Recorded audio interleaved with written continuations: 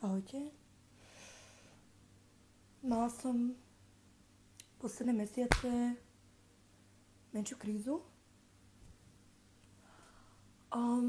Stala sa taká zásadná vec, že jednoducho moje financie mi nedovolili takmer nič. S zármutkom a s hanbou musím povedať, že som dokonca nemala na jedlo.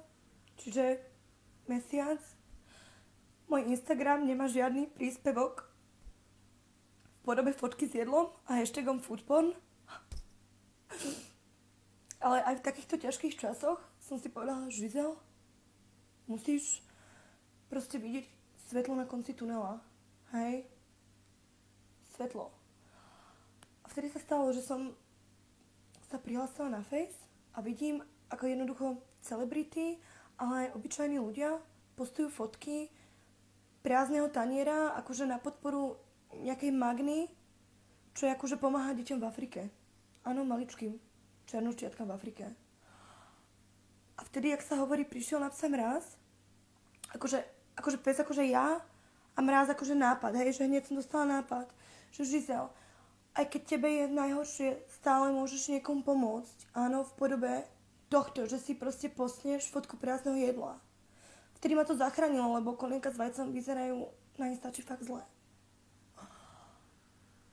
A potom som celé pochopila, že však charita. Áno, prajem si Žizel. Prebuď v sebe princeznu Dianu. Hej, rob charitu. A proste je strašne dôležité pomáhať detičkom v Afrike, lebo oni možno v živote nevideli taký tanier pekný. Hej? Takže toto im určite pomôže, keď im odfotíme fotku prázdneho taniera. A povedala som si, OK, ja ako bývalá Miss Orechova Potvoň mám istú spoločenskú zodpovednosť.